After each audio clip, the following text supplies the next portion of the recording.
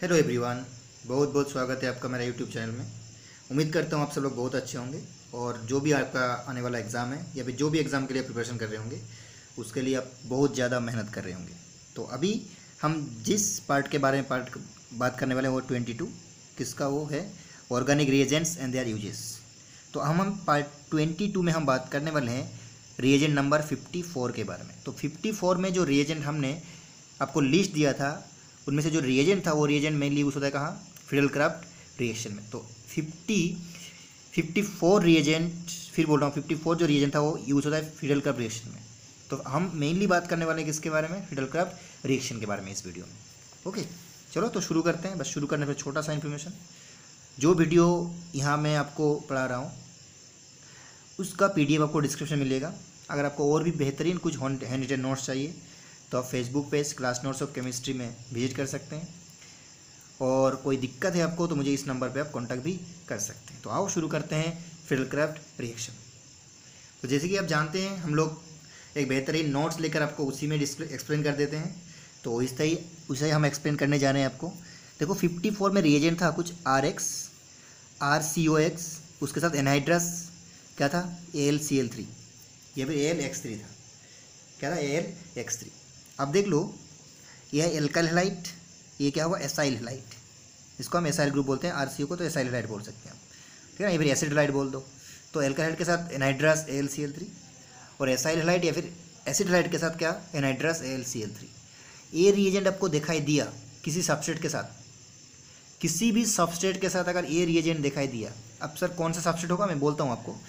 अगर कोई सबस्ट्रेट है जो सबस्ट्रेट मेनली बेंजीन होगा और बेंजीन से रिलेटेड कुछ कंपाउंड होगा, उसके साथ अगर इस तरह का रिएजेंट दिखाई दिया भाई साहब, तो याद रखना कौन सा रिएक्शन होगा, फिडेलक्राफ्ट रिएक्शन। ठीक है, आप अगर बोलते हैं सर मुझे रिएक्शन क्या होगा याद नहीं रहता है, तो आप इस तरह नहीं पढ़ते हैं। आप नेम रिएक्शन बाद में याद करो, पहले रिएक्शन को याद करो। देखो मैं एक बात फिर बोल रहा हूँ आपको, नेम रिएक्शन से, देखो नेम से रिएक्शन मत रटो, रिएक्शन से नेम रटो। पहले रिएक्शन देख लो फिर नाम जाके रटो, जो ये रिएक्शन होगा तो नाम ये होगा, तभी आप याद कर सकते हैं। ठीक है, तो बताओ अब ये रिएजेंट हम कहाँ इस्तेमाल कराते हैं, बोल रहा हूँ मैं फिडेलक्राफ्ट रिएक्शन में। अब फिडेलक्राफ्ट रिएक्शन कौन देता है और कौन सा टाइप का रिएक्शन है, तो कुछ इंपॉर्टेंट पॉइंट देख लेते हैं। देखो Friedel Crafts reaction is one types of aromatic electrophilic substitution reaction. कौन सा, aromatic electrophilic substitution reaction. Aromatic electrophilic substitution reaction में, सब्स्टिट्यूशन रिएक्शन आपका सिलेबस में और कुछ है, जैसे कि हेलोजनेशन है, नाइट्रेशन है, सल्फोनेशन है ना, ये सब क्या है, aromatic electrophilic substitution reaction of benzene. आप आ जाओ देख लेते हैं कौन देता है। तो लिखा मैंने, this reaction is given by benzene and other aromatic compounds. Benzene और कुछ और भी एरोमेटिक कंपाउंड्स है जिसके पास ortho and para directing group है। जिसके पास कौन सा ग्रुप है, ortho and para directing group. भाई साहब अगर आपने ऑर्थो पैरा डायरेक्टिंग ग्रुप नहीं जानते हैं तो फिर वो जरूर देख लेना एक बार। ओके, कौन सा, ऑर्थो पैरा डायरेक्टिंग ग्रुप, जिसके पास है वही देता है। लेकिन यहाँ कुछ ना कुछ तो गड़बड़ है। देखो फेनॉल और एनिलीन, देखो OH ग्रुप है ना, ये ऑर्थो पैरा डायरेक्टिंग है। एनिलीन भी क्या है, ऑर्थो पैरा डायरेक्टिंग है। देखो NH2 ग्रुप भी क्या, ऑर्थो पैरा डायरेक्टिंग है।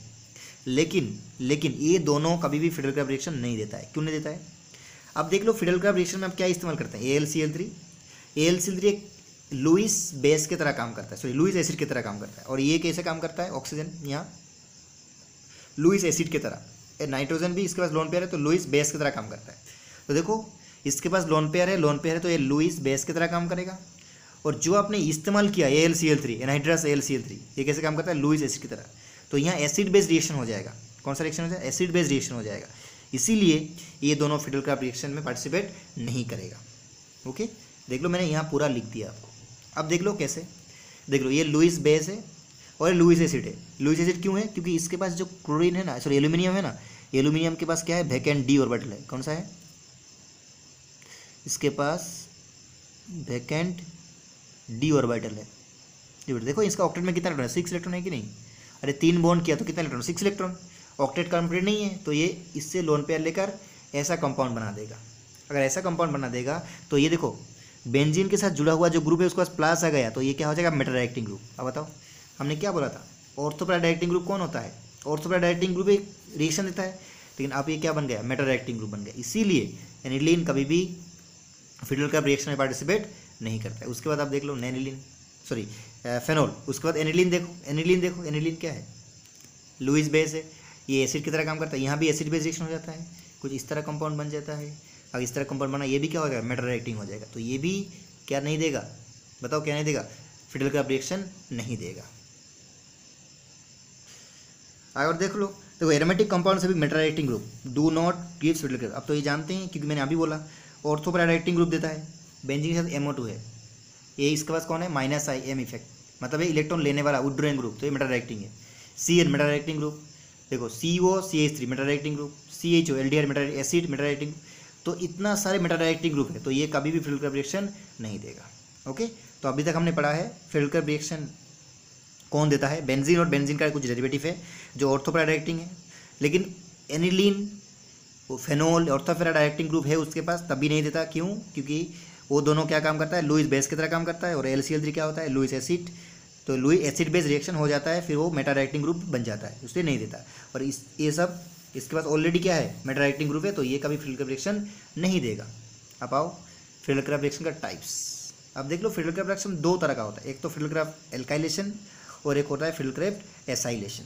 तो हम पहले पढ़ेंगे एल्काइलेशन, फिर पढ़ेंगे एसाइलेशन। ओके, देख लो, पहले फिडल क्राफ्ट एल्काइलेशन के बारे में पढ़ते हैं। तो फिडल क्राफ्ट एल्काइलेशन में आप सबस्ट्रेट क्या लेते हैं, सबस्ट्रेट कौन होता है आप जानते हैं, जिसका आप रिएक्शन शुरू करेंगे तो क्या लेते हैं, बेंजीन, या फिर बेंजीन का कोई डेरिवेटिव जिसके पास कौन सा डायरेक्टिंग ग्रुप है, ऑर्थो पैरा डायरेक्टिंग ग्रुप है। देखो G कौन सा ग्रुप है, ऑर्थो पैरा डायरेक्टिंग ग्रुप। लेकिन याद रखना, ये इसके पास ये कभी, ये जो ग्रुप है ये कभी कैसा नहीं काम कर सकता है, बोलो कैसे काम नहीं कर सकता है, लुईस बेस की तरह काम नहीं कर सकता है। अगर लुईस बेस की तरह काम करे तो एल्यूमिनियम हैलाइड के साथ AlCl3 या AlX के साथ रिएक्शन करके एसिड बेस रिएक्शन हो जाएगा। तो ये ग्रुप को ध्यान में रखना, ये इसके पास क्या नहीं होना चाहिए, जो भी हो, लेकिन ये लुईस एसिड की तरह का, बेस की तरह काम नहीं करना चाहिए। अब आओ, सबस्ट्रेट मिल गया हमें। अब क्या, एल्काइलेटिंग एजेंट। एल्काइलेटिंग एजेंट कौन होगा, एल्काइलाइट हो सकता है RX, या फिर एल्कोहल हो सकता है, या फिर क्या हो सकता है, एल्किन हो सकता है। ये तीनों हो सकता है, अलग अलग मैं पढ़ाऊंगा आपको। अब कैटालिस्ट क्या होगा, यहाँ कैटालिस्ट कौन हो, एनहाइड्रस AlCl3 मोस्ट कॉमन है, या फिर क्या हो सकता है, FeCl3 हो सकता है, BF3 हो सकता है, BCl3 हो सकता है, और जेटनCl3। ये कैटालिस्ट की तरह काम करता है। अब ये कैटालिस्ट क्यों यूज़ करता है, एग्जाम में पूछते हैं, इसलिए हमने लिख लिया नीट J स्पेशल।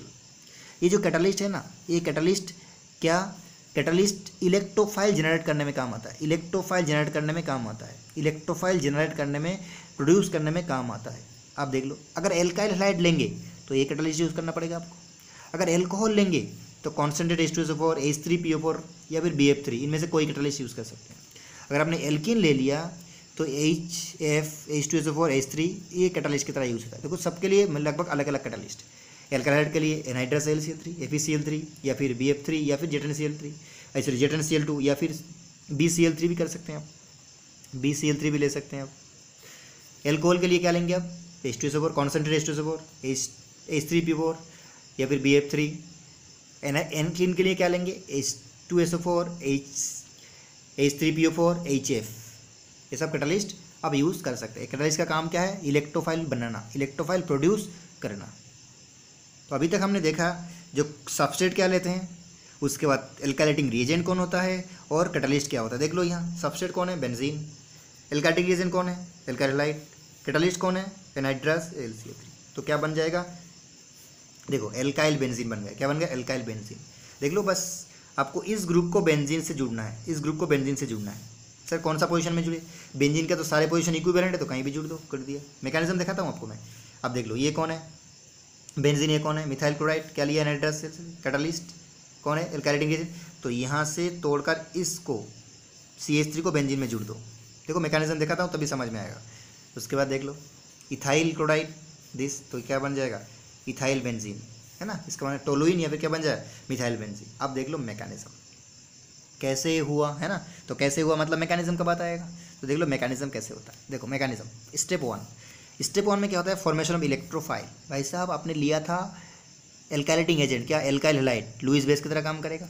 और AlX3 कैसे काम करता है, बोलो कैसे काम करता है, लुईस एसिड। क्यों, क्योंकि ये जो एल्यूमिनियम है इसका ऑक्टेट कंप्लीट नहीं है, 6 इलेक्ट्रॉन है ऑक्टेट में, ऑक्टेट इनकम्प्लीट है। इलेक्ट्रॉन का भूखा है, प्यासा है, कौन इलेक्ट्रॉन देगा, हेलोजन के पास 3 लोन पेयर पड़ी है, तो इलेक्ट्रॉन देने वाला है, देने वाला इलेक्ट्रॉन दिया, लेने वाला इलेक्ट्रॉन लिया, तो इनके बीच में बॉन्ड बन गया। देखो बॉन्ड बन गया, अब बॉन्ड बन गया, देखो एल्यूमिनियम का 4 बॉन्ड हो गया तो यहाँ नेगेटिव, हेलोजन का कितना बॉन्ड हो गया 2, तो यहाँ पॉजिटिव है। अब ये जो बना ये बहुत अच्छा लिविंग ग्रुप बना, तो यहाँ से ना ये जो इलेक्ट्रॉन था ये इलेक्ट्रॉन भी लेकर ये भाग जाएगा, चलता बनेगा यहाँ से। तो कार्बन के ऊपर ये जो एयर है इसमें क्या छोड़कर जाएगा प्लस, इसी को बोलते हैं कार्बोकैटायन, और यही क्या है इलेक्ट्रोफाइल। क्या है इलेक्ट्रोफाइल। तो पहला स्टेप में क्या हुआ इलेक्ट्रोफाइल जनरेट हुआ, ठीक है। अब स्पेशल नोट्स मैंने लिख दिया, याद रखो। हियर यहाँ कार्बोकैटायन इस फॉर्म, कार्बोकैटायन बनता है, मानते हो कि नहीं, बिल्कुल मानते हो कार्बोकैटायन बनता है। अगर कार्बोकैटायन कहीं भी इलेक्ट्रोफाइल की तरह जनरेट हुआ तो यहाँ याद रखना रीअरेंजमेंट पॉसिबल है। क्या पॉसिबल है रीअरेंजमेंट। अब रीअरेंजमेंट कैसा होता है, अब प्लेलिस्ट में जाइए, पूरा रीअरेंजमेंट ऑफ कार्बोकैटायन का एक वीडियो बना हुआ है, 4 पार्ट बना हुआ है, बिल्कुल डिटेल्स में बात किया हुआ है, कब रीअरेंजमेंट होता है, कैसे रीअरेंजमेंट होता है, बिल्कुल पूरा, ठीक है। तो आप वहाँ देख लेंगे। उम्मीद करता हूँ अगर रीअरेंजमेंट को कोई प्रॉब्लम है तो। अगर रीअरेंजमेंट हुआ तो रीअरेंजमेंट होने के बाद देखो मोस्ट स्टेबल कार्बोकैटायन बनाएगा हमेशा मेजर प्रोडक्ट। क्या बनाएगा, जो कार्बोकैटायन रीअरेंजमेंट के बाद स्टेबल होगा, मोस्ट स्टेबल होगा, वही क्या बनाएगा मेजर प्रोडक्ट बनाएगा। तो पहला स्टेप में आपने क्या किया, क्या बनाया बोलो, कार्बोकैटायन जनरेट किया। क्या बनाया कार्बोकैटायन जनरेट। और कार्बोकैटायन क्या होता है इलेक्ट्रोफाइल। सेकंड स्टेप में देखो formation of sigma complex. Sir कैसे सिग्मा कॉम्प्लेक्स, देखो ये जो इलेक्ट्रोफाइल आपने जनरेट किया था, अब ये जो बेंजीन के पास पाई बॉन्ड है, अब पाई बॉन्ड है तो ये कैसे काम करेगा बताओ, न्यूक्लियोफाइल की तरह। अगर आप इलेक्ट्रोफाइल न्यूक्लियोफाइल के बारे में नहीं जानते हैं तो फिर भी बोल रहा हूँ प्लेलिस्ट में इलेक्ट्रोफाइल न्यूक्लियोफाइल क्या होता है वो भी बना हुआ है, तो वो आप ज़रूर एक बार देख लेना। अगर जानते हैं तो बहुत अच्छा है, बहुत बढ़िया है। तो ये जो बेंजीन है इसके पास पाई बॉन्ड है, और पाई बॉन्ड इलेक्ट्रॉन डेंसिटी ज़्यादा होता है। यहाँ पाई बॉन्ड का इलेक्ट्रॉन डेंसिटी आसानी से इलेक्ट्रोफाइल को इलेक्ट्रॉन देता है। अगर इलेक्ट्रॉन दे रहा है तो ये कैसे काम कर रहा है न्यूक्लियोफाइल की तरह, है ना। एरोमेटिक है, बेंजीन एरोमेटिक है, मोस्ट स्टेबल है। तो यहाँ से जब इसको इलेक्ट्रॉन दिया तो कैसे सोचोगे सर, सोचोगे यहाँ प्लस आ जाएगा और यहाँ क्या आ जाएगा माइनस। देखो इधर से इलेक्ट्रॉन इसको अटैक कर लिया तो यहाँ प्लस छोड़कर जाएगा, इसी को बोलते हैं हम सिग्मा कॉम्प्लेक्स। अब ये सिग्मा कॉम्प्लेक्स होगा तो क्या बन जाएगा नॉन एरोमेटिक बन जाएगा। था एरोमेटिक होगा या क्या नॉन एरोमेटिक।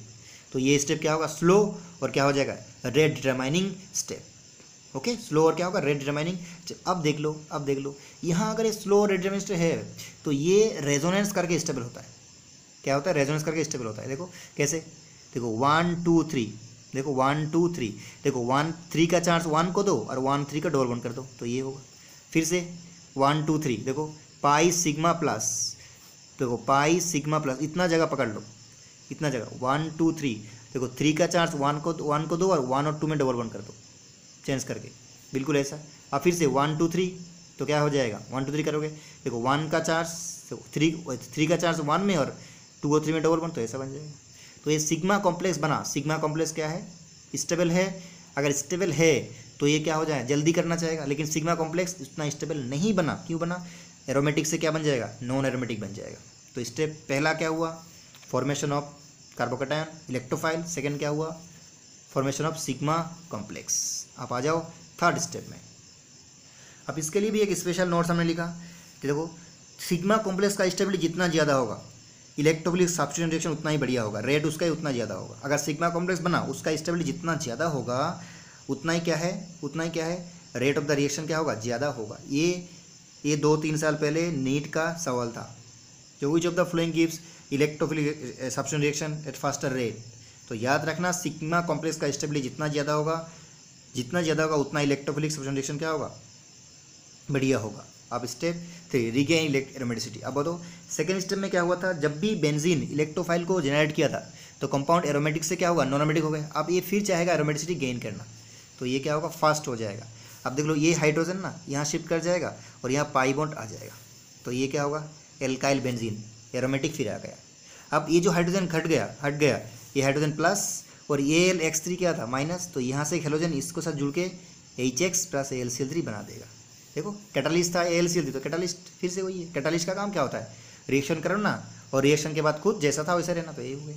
आप आ जाओ नेक्स्ट एग्जाम्पल देख लो ये। तो आप क्या करोगे पहले देखो इसको क्या करोगे यहाँ से हटाओगे तो यहाँ प्लस बनाओगे। अब प्लस क्या करोगे ये जो प्लस बना ये किसको जुड़ोगे बेंजीन का किसी पोजीशन में जुड़ दो। क्यों, क्योंकि यहाँ तो सारे पोजीशन सेम है तो इस पोजीशन में जुड़ दो। हो गया क्या बना आइसोप्रोपाइल बेंजीन, इसको बोलते हैं प्यार से cumene. Isopropyl benzene IUPAC name, cumene क्या है कॉमन नेम। यहाँ देख लो देखो यहाँ से इसको हटाओगे यहाँ प्लस बनाओगे, रीअरेंजमेंट का कोई पॉसिबिलिटी नहीं है क्योंकि 3 डिग्री बना है ना। तो इस कार्बन को यहाँ जुड़ दो हाइड्रोजन को हटा के। देखो यहाँ हाइड्रोजन है कि नहीं हाइड्रोजन को रिप्लेस कर दो किससे, इस ग्रुप से, है ना। देख लो इस यहाँ क्लोरीन को हटाओगे तो ये बनेगा, देख सकते हो आप, ऐसे बनेगा कि नहीं बोलो, ऐसे बनेगा, ऐसे बनेगा, ऐसे बनेगा, यहाँ प्लस होगा, ऐसे बनेगा, इसको बस जुड़ दो यहाँ हाइड्रोजन की जगह तो हो गया ये। अब यहाँ आ जाओ, रीअरेंजमेंट का केस, अब तो नॉर्मल हुआ तो रीअरेंजमेंट, यहाँ देखो ये सबसे इंपॉर्टेंट है, कितने बार एग्जाम में, बहुत बार एग्जाम में आया। देख लो ये बेंजीन है और ये क्या है, देखो 1 2 3 1 क्लोरोप्रोपेन, यहाँ से क्लोरीन को हटाओगे, ब्रेक करोगे तो ये बन जाएगा 1 डिग्री कार्बोकटायन। प्लेस स्टेबल आप जानते हैं क्योंकि इसके पास कितना अल्फा हाइड्रोजन है, 2 अल्फा हाइड्रोजन है, कितना अल्फा हाइड्रोजन है, 2 अल्फा हाइड्रोजन। अब यहाँ से हाइड्रोजन अगर शिफ्ट हो गया, यहाँ से शिफ्ट हो गया यहाँ, तो ये 2 डिग्री बन जाएगा, मोर स्टेबल बन जाएगा। अब बताओ ये प्लस एक बार बेंजीन के साथ जुड़ सकते हो, बस 2 डिग्री का प्लस जुड़ सकते हो, ये कार्बन जुड़ सकते हो, तो एक बार ये कार्बन जुड़ सकते हो, एक बार ये कार्बन जुड़ सकते हो। मैंने पहले ही बोला मोर स्टेबल कार्बोकटायन से बनने वाला प्रोडक्ट क्या होगा, मेजर। तो देख लो ये हो गया मेजर और ये क्या हो गया माइनर। अगर यहाँ से जुड़ोगे तो ये बनेगा, इस कार्बन से जुड़ोगे तो क्या बनेगा ये। तो मोर स्टेबल से बनने वाला प्रोडक्ट मेजर, लेस स्टेबल से बनना प्रोडक्ट क्या हो जाएगा, माइनर। अगर आपको लास्ट 3 नंबर एग्जाम्पल समझ में आया, उम्मीद करता हूँ 4 नंबर एग्जाम्पल आप खुद करेंगे। देखो 4 नंबर एग्जाम्पल आप खुद ट्राई करो, नहीं तो फिर मुझे बताना, ठीक है। 4 नंबर आपके लिए छोड़ रहा हूँ मैं, देख कर करो, ट्राई करो, वीडियो को पॉज करके ट्राई करना, ओके। बाद में देखना खुद, नहीं है तो कमेंट में बताना मुझे। अब आ जाओ 5 में। अब बताओ 5 में क्या दिक्कत है आपको, कोई दिक्कत होना नहीं चाहिए। बोलोगे सर बेंजीन नहीं है, क्या है, टोलुइन है, क्या ये फिल करेगा, बिल्कुल करेगा, क्योंकि इसके पास कौन सा इफेक्ट है, प्लस आई, जिसके पास इंडक्टिव इफेक्ट होता है, और plus H, hyper conjugation. Plus वाला है तो इलेक्ट्रॉन देने वाला है तो ऑर्थो और पैराडायरेक्टिंग, ऑर्थो पैराडायरेक्टिंग ग्रुप है तो करेगा आराम से। अब बताओ क्लोरीन को हटाओगे, यहाँ प्लस बनाओगे। अब देख लो ये प्लस जब बनेगा, यहाँ से क्या बनेगा, ये बन जाएगा CH3 CH2, क्या प्लस बनेगा। अब इस प्लस को, इस कार्बन को कहाँ जुड़ना है, ऑर्थो पोजीशन में और क्या पोजीशन में, पैरा पोजीशन में। देखो ऑर्थो पोजीशन में हाइड्रोजन है और पैरा में भी हाइड्रोजन की जगह इसको जोड़ दो, है ना। तो जुड़ोगे तो कहाँ जुड़ोगे, एक बार ऑर्थो में जुड़ोगे, पैरा में जुड़ो, ऑर्थो में जुड़ा, पैरा में जुड़ा, है ना। अब याद रखना पैरा में क्या हो जाएगा, मेजर होगा, ऑर्थो में क्या होगा, ड्यू टू रिपल्शन, यहाँ ज़्यादा रिपल्शन होगा तो ये माइनर होगा। बस अगर ये समझ में आया तो 6 नंबर भी खुद करोगे। ये इथाइल, ये मिथाइल बेंजीन था, ये क्या हो, इथाइल बेंजीन, बिल्कुल सेम तरीका से। अब याद, ऐसा सवाल आपको पूछते हैं एग्जाम में, बोलो reactivity what are the difference alkyl substitute. देखो ये methyl benzene, ethyl benzene, propyl benzene, ये क्या है, आइसोब्यूटाइल बेंजीन, इसमें से कौन जल्दी रिएक्शन करेगा। तो याद रखना इसका पास 3 अल्फा है, इसके पास 2 अल्फा है, इसके पास 1 अल्फा, इसके पास कितना, 0 अल्फा। जितना ज़्यादा अल्फा हाइड्रोजन होगा उतना रिएक्टिविटी क्या होगा, ज़्यादा होगा। क्यों, अल्फा हाइड्रोजन मोर तो हाइपर कॉन्जुगेशन ज़्यादा। देखो डबल बॉन्ड के बगल वाले कार्बन में अल्फा हाइड्रोजन है तो उसको बोलते हैं हाइपर कॉन्जुगेशन इफेक्ट। देखो याद रखो आप, बेंजीन के साथ जुड़ा हुआ कार्बन में जितना ज़्यादा अल्फा हाइड्रोजन होगा उतना क्या होगा, रेट ऑफ द रिएक्शन क्या होगा, ज़्यादा होगा, मतलब उसका रिएक्टिविटी भी क्या होगा, ये जल्दी रिएक्शन करना चाहेगा। ओके, तो याद रखना ये बात। अब आ जाओ कुछ अदर एग्जाम्पल। देखो कौन है बेंजीन, कौन है एल्कोहल, एल्कोहल के साथ कौन है BF3। तो ये BF3 कैसे काम करेगा बताओ, कैटालिस्ट की तरह काम करेगा। और ये BF3 क्या है, लुइस एसिड और ये बेस, तो इन दोनों का रिएक्शन होगा और ऐसा कुछ बनेगा और ये निकल जाएगा, यहाँ R+ बनेगा। तो बताओ यहाँ भी R+ बना तो यहाँ जोड़ दो, बिल्कुल क्या है जैसा अगला वाला जैसा।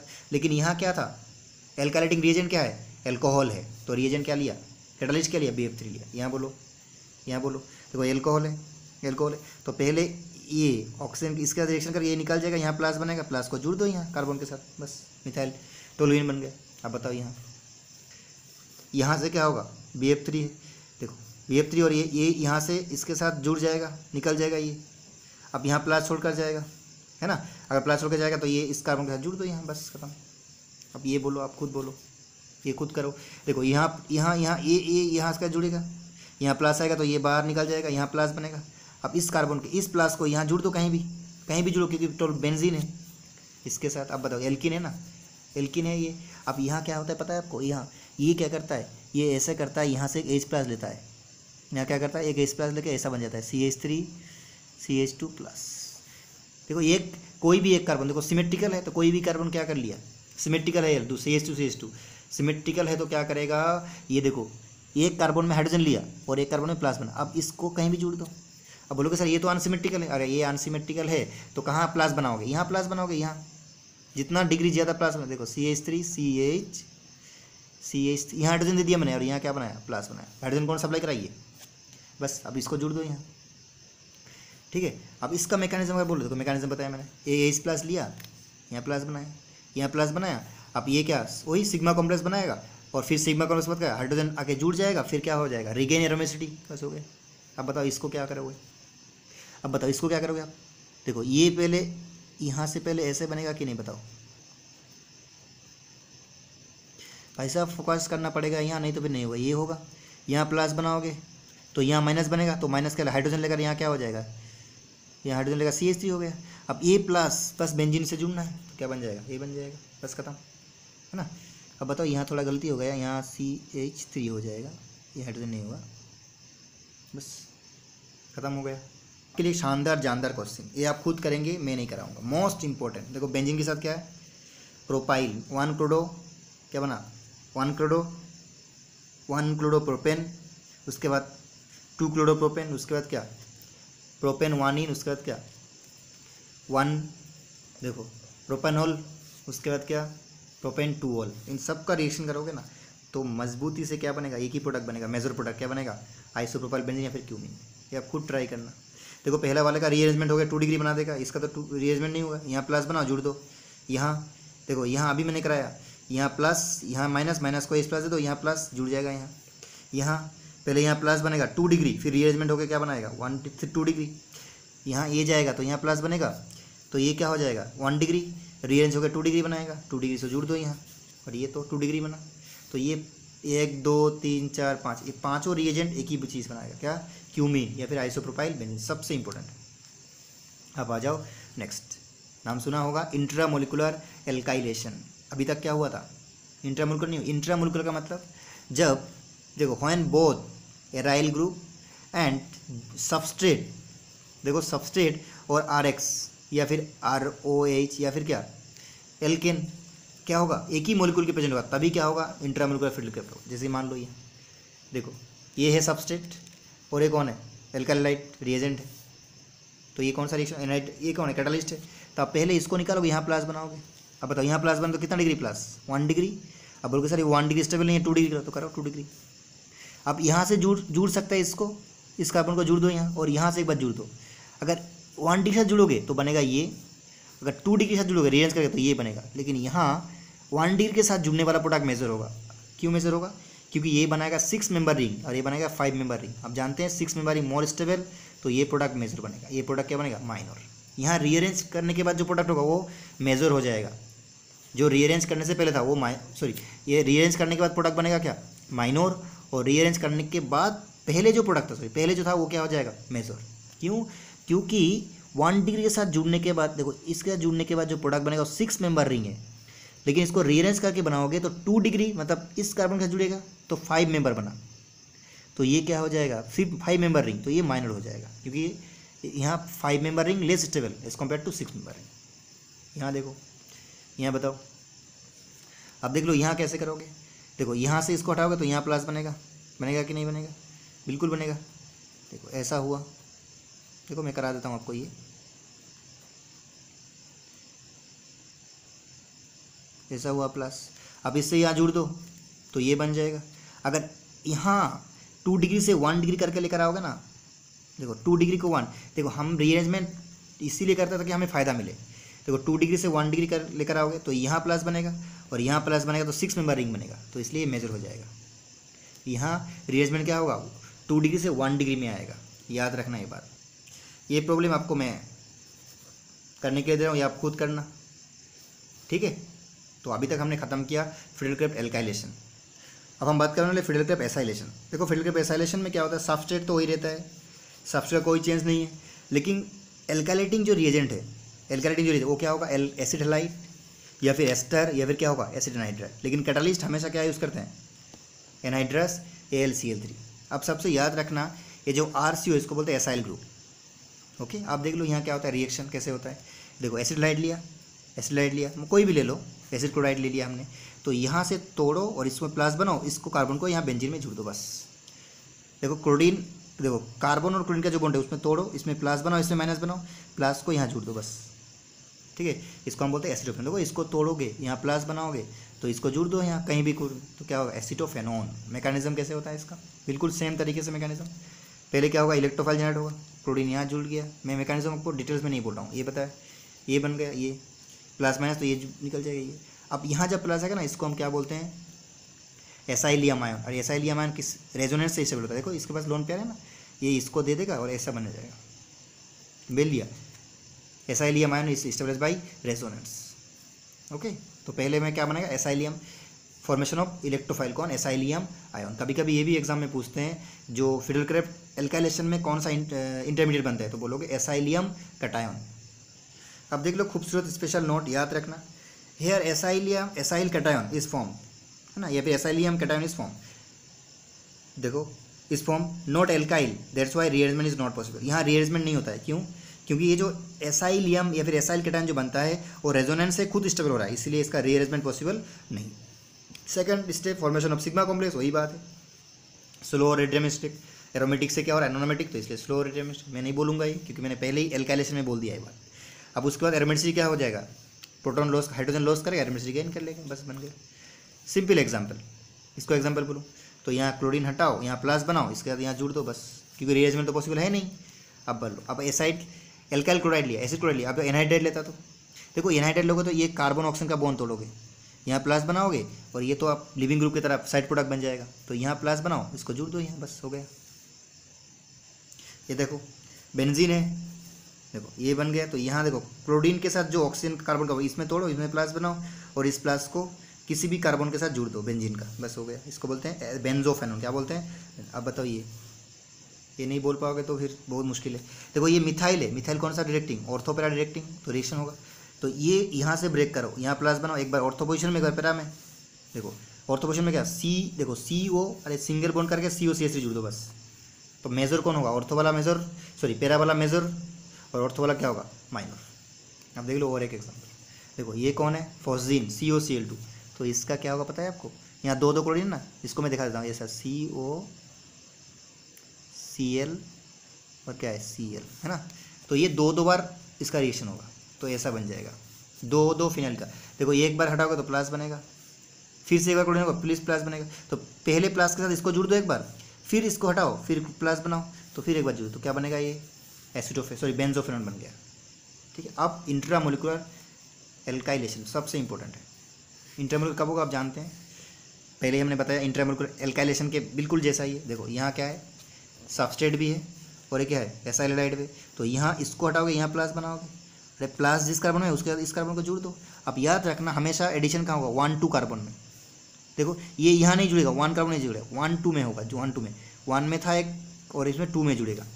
हमेशा याद रखना जब भी इंट्रामोलिकुलर रिएक्शन होगा तो 1-2 एडिशन होगा, देखो 1-2 में बॉन्ड होगा, देखो 1 में एक बॉन्ड था और 2 में एक बॉन्ड होगा, तो ये बन जाएगा। यहाँ बताओ यहाँ तोड़ो तो यहाँ से इसको जोड़ दो, बस ये बन गया। अब यहाँ बताओ इंपॉर्टेंट है ये, देखो बहुत इंपॉर्टेंट है। सबसे पहले देखो ये ग्रुप, इसको हटाया तो यहाँ प्लस बनाया तो इसको जोड़ दिया, ये बन गया। अब देख लो इसको हटाया तो यहाँ प्लस बनाया, इससे जोड़ दिया, बस ये बन जाएगा। ठीक है, अब एक अच्छा लेवल का क्वेश्चन देखो बोला है find out the final product, इसके साथ इसका रिएक्शन है। चलो अब देख लो यहाँ 3 रिंग है, अब बताओ एनहाइड्रस AlCl3 और एसिड क्लोराइड के जैसा ही, तो फिडेलक्रेफ्ट रिएक्शन होगा। कौन सा रिएक्शन, फिडेलक्रेफ्ट एल्काइल एसाइलेशन। अब देख लो ये जो 3 रिंग है ना, इसके बाद बीच वाला जो रिंग है वो सबसे ज़्यादा रिएक्टिव हो, क्यों, ये दोनों रिंग इस रिंग को इलेक्ट्रॉन देगा और इसका इलेक्ट्रॉन डेंसिटी सबसे ज़्यादा हो जाएगा, तो जिस रिंग का इलेक्ट्रॉन डेंसिटी ज़्यादा वही रिएक्शन करेगा। तो आप बताओ यहाँ क्या हो जाएगा, इस ग्रुप का यहाँ भी प्लस बनाओगे, यहाँ भी प्लस बनाओगे। अब ये प्लस यहाँ एक बार जुड़ोगे, इस कार्बन को इस कार्बन के साथ इसमें एक बार जुड़ोगे, देखो यहाँ प्लस बनाओगे, यहाँ प्लस बनाओगे, तो ये दोनों कार्बन इस दोनों पोजीशन में जुड़ दो, दोनों प्लस बनाओ, दोनों पोजीशन में जुड़ दिया, दोनों पोजीशन में जुड़ दिया। अब जुड़ने के बाद क्या होगा, ये कीटो, ये कौन सा फॉर्म है कीटो फॉर्म, CO तो कीटो फॉर्म। अब इसका अल्फा पोजीशन में हाइड्रोजन है ना, इसका अल्फा पोजीशन में हाइड्रोजन है, ठीक है ना, तो ये इनोल फॉर्म में चली जाएगा। इनोल फॉर्म में क्यों जाएगा, क्योंकि ये एरोमेटिक बन जाएगा, एरोमेटिक बन, और ये मेजर प्रोडक्ट होगा ड्यू टू एरोमेटिसिटी। ये सब रिंग एरोमेटिक है, तो ड्यू टू एरोमेटिसिटी ये क्या हो जाएगा, कीटो फॉर्म से इनोल फॉर्म में जाएगा, तो ये मेजर प्रोडक्ट बनी। तो इस वीडियो में हमने बात किया डिटेल्स फिडेलक्रेफ्ट रिएक्शन के बारे में। तो फिडेलक्रेफ्ट रिएक्शन क्या होता है, एल्काइलेशन एसाइलेशन, कब एसाइलेशन होगा, कब एल्काइलेशन होगा। अगर कोई शिकायत है, कोई दिक्कत है तो मुझे कमेंट सेक्शन में ज़रूर बताना। अगर कोई भी प्रॉब्लम है तो आप मेरा नंबर भी जानते हो, जो मैंने बहुत बार दिया है, उस नंबर पे आप कांटेक्ट भी कर सकते हैं। उम्मीद करता हूँ ये वीडियो आपको पसंद आया। अगर पसंद आ गया तो एक लाइक शेयर ज़रूर कर देना, ताकि मैं और भी वीडियो आपके लिए और भी शानदार वीडियो कर सकता हूँ। ओके, तो अच्छे रहो, खुश रहो, बस पढ़ते रहो, आगे बढ़ते रहो। All the best.